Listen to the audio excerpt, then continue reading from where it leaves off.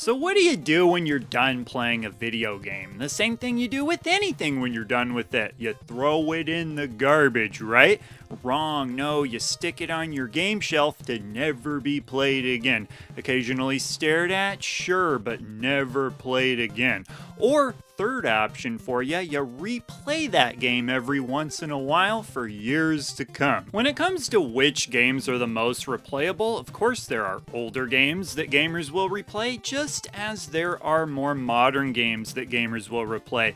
And really what it comes down to, more than how old or new the games are, is what type of game we're talking about. That being said, it does seem like a lot of the games that are designed with high replayability are a lot of older games.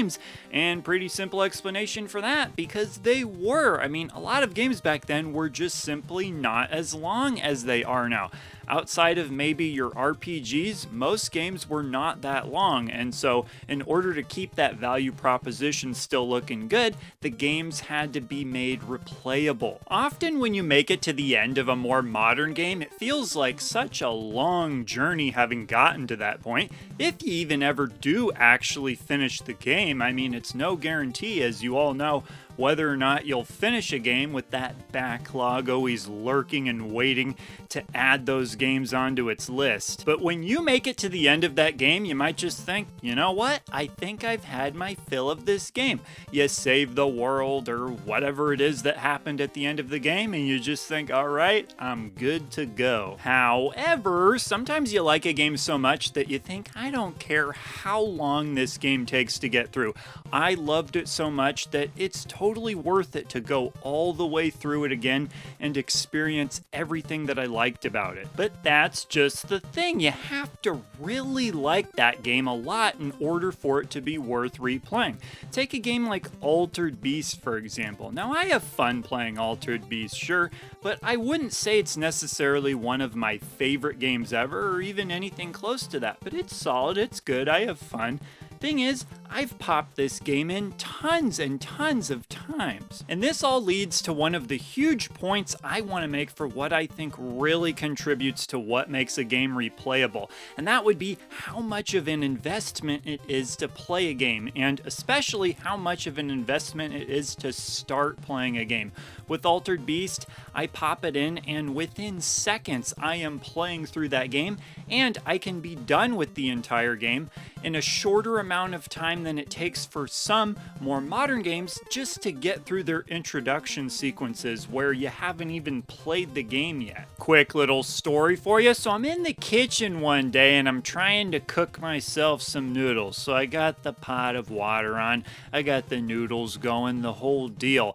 And I set the timer for 11 minutes and I think to myself, what kind of a loser waits around for this? Well, usually me, but I thought not today. So I go to my game room while the timer is on and I play some Metal Slug. So I'm playing my way through Metal Slug, having a great time, and then when the buzzer goes off, I pause the game, I come back to my noodles and I look at them and I say, now that is how you cook yourself some noodles. If I want to fire up something like the Mass Effect trilogy, forget the noodle time side ventures, I bust out my calendar and think, all right, what do I have going on for the next month, and can I make this happen? Point is, the more opportunities you have to play a game, the more replayable it becomes just by default of being able to fit into your schedule better. Now, if you wanted to, could you play something like Mass Effect in little snippets here and there where you have free time? Sure, you absolutely could, but I find gamers like to feel like they're actually getting somewhere in a game, and so they tend to like having bigger chunks of time to do that. I should point out, though, that while a lot of older games are designed to be beaten in a single sitting,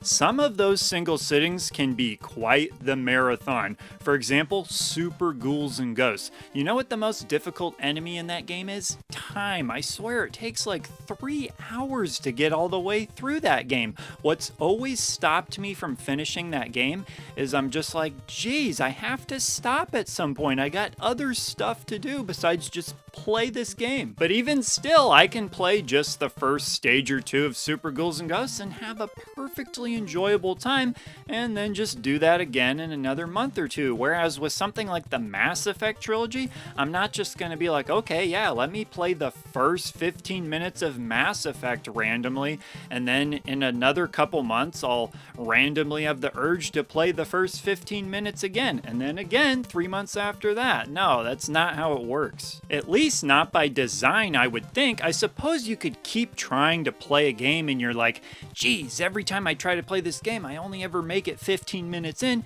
and then I always replay that same 15 minutes because I want a refresher on what it is that happened. I think how much the story and narrative of a game factors into your enjoyment of it also has a lot to do with how replayable that game is going to be for you. If a lot of it has to do with the story and a lot of what happens in the story has already been unraveled, then the suspense of building up to finding out what happens is gone when you replay it. Although, I suppose if you really like the story, you could then be going back to look for little details that you missed before because you just like the story so much and you want to learn more about it. For example, a game like Final Fantasy VII is one that I've seen people say they've played over and over and over again, and for a lot of people, the story is one of their favorite things about that game, which leads me to my next point that I think certain games that are story-driven can be designed better than others as far as making themselves more replayable. And one of the best examples of this has got to be Chrono Trigger, right? Because it is famous for having its multiple different endings. We gotta also talk about post-game content. A lot of modern games are designed so that even once you've beaten them, there's still all sorts of things you can do afterwards, whether it be optional side quests or what have you. Now, whether you think that type of content is filler or not may depend on the game and may depend on the gamer who is evaluating it. As far as post-game content goes for older games, I would say for something like, say, Contra, once you've beaten the game, it makes it all the more appealing, at least for me, to go back through it again because I'm good at the game now, and that's a game that is really fun to play, but even more fun to play when you're good at it. So to me, those games are always replayable and always have post-game content because you just want to play them again. I know people who love playing through Contra so much that they can now do it on one single life. These folks ate the Konami code for breakfast. They don't need all those extra lives. But with all of that said by me, there's still a lot more that could be said by all of you, of which I'd like to hear, including what I think is a fun question I have for you for this video, which is, what is your most replayed game of all time and why? I think that would make for some really fun answers to be able to read. So for those comments, leave them down below, and I will see ya in the next video. He's the retro bird, yeah, and he's talking about video games. He's